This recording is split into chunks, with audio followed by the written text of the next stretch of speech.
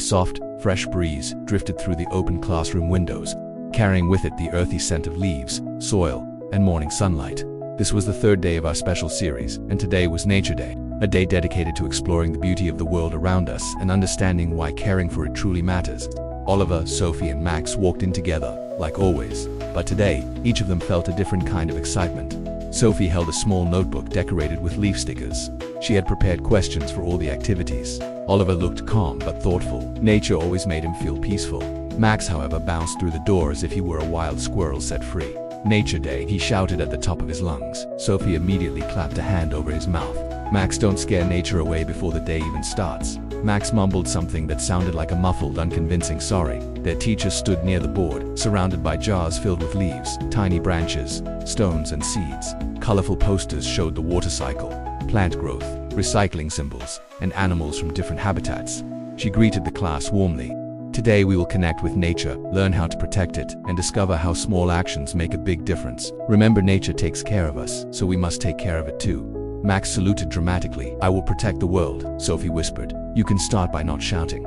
Oliver just smiled softly. Our first activity was the garden walk. The class moved to the outdoor learning area where plants and small trees grew in neat rows. The sunlight shimmered over the leaves, making them glow like tiny green lanterns. The teacher handed each student a small magnifying glass. Observe your surroundings, she said gently. What do you notice? What do you feel? Sophie knelt near a flower bed, examining the petals carefully. Look, she whispered to Oliver. They have patterns inside. Oliver was observing a tiny trail in the soil. Something walked here, he said. Max, meanwhile, was chasing a butterfly, shouting, Come back, I want to study you, Sophie groaned. Max, that is not observing. Max stopped in his tracks and whispered loudly, Sorry, butterfly. They continued their exploration, examining small insects, leaves with different shapes, and the textures of the soil. Oliver found a leaf with holes in it. Something ate this, he said calmly. Sophie nodded. Maybe a caterpillar, Max interrupted. Or a secret leaf monster.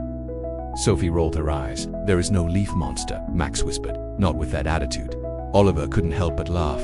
Next up was planting seeds. On a long table were pots, soil, small watering cans, and seed packets. The teacher explained, Each of you will plant a seed today. You will care for it, water it, observe it, and write about its growth. A plant teaches patience and responsibility. Sophie listened intently and wrote in her notebook, Plants need sunlight, water, soil. Oliver selected a small pot, filled it gently with soil, and placed his seed carefully right in the center. Max grabbed a handful of soil and managed to drop it everywhere on the table, on the floor, even on his shoes. Sophie hissed, Max, the soil goes in the pot. Max blinked. Oh yes, that makes sense. He finally planted his seed quickly and then watered it so much that the soil nearly overflowed. Their teacher rushed over. Max, only a little water. Max whispered. The plant was thirsty. Oliver and Sophie couldn't help laughing, but despite the mess, each seed was planted with hope. Our third activity was the water-saving challenge. Inside the classroom, different stations were set up with cups, bottles, sponges, and bowls. The teacher said, Water is precious. Today you will learn ways to use less water and protect this valuable resource. Sophie immediately stepped into leader mode. We should list ideas. Oliver nodded. Short showers, turning off taps, fixing leaks. Max raised his hand. Drink less water, Sophie gasped. Max, no, that is not water saving. That is dehydration. Max scratched his head. Oh, then maybe. Don't fill the glass too full. Sophie considered it. Actually, that's a good one. Max puffed his chest out with pride. Each group tried different challenges.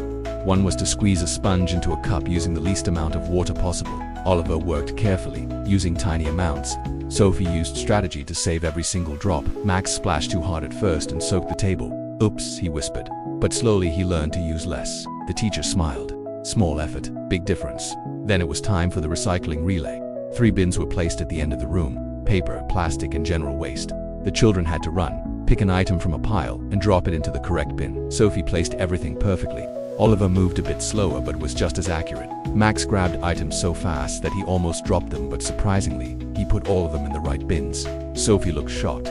Max, you did that right. Max smirked. I watched you first. I copied. Oliver laughed. Sometimes copying is smart. Sophie rolled her eyes, but she smiled, looking proud. Next came the class's favorite activity, the nature scavenger hunt. Each group received a list of things to find: a smooth stone, a fallen leaf, something round, something tiny, something that smells nice, something soft, and something that makes a sound when shaken. The trio ran back into the outdoor area. Oliver found the smooth stone first. Perfect, Sophie said. Max grabbed a leaf but accidentally collected 3 extra sticks and a tiny bug. Look, bonus items. Sophie panicked. Put the bug back. Max gently placed it on the ground. Sorry, tiny friend. Oliver found a round acorn. Sophie found a flower that smelled beautiful. Max shook a small branch and the leaves rustled. Sound, he shouted. They returned with their hands full and their smiles even fuller. The final activity of the day was the big cleanup mission.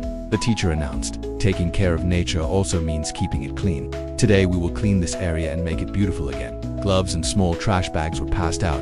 Sophie put hers on carefully. Oliver knelt to gather small bits of paper and Max ran around picking up things faster than anyone else. I am the cleaning ninja, he shouted. Sophie snapped, Max, lower your voice. But Oliver said kindly, but he's helping a lot. Max smiled proudly and collected even more. When they were done, the area looked fresh, tidy and beautiful. After all the activities, the class sat down for the nature reflection circle. The teacher lit a small battery candle in the center. Today, she said, you saw how beautiful nature is. You planted seeds, you saved water, you learned recycling, and you cleaned your surroundings. Now tell me, what did nature teach you today? Sophie spoke first. Nature teaches patience. Plants grow slowly, but they grow beautifully. Oliver said quietly, nature is full of tiny details. If we slow down, we can see them. Max raised his hand proudly. Nature taught me that soil is messy, bugs are cute, seeds are thirsty, and I love cleaning. The whole class laughed. The teacher smiled warmly. And what about protecting nature?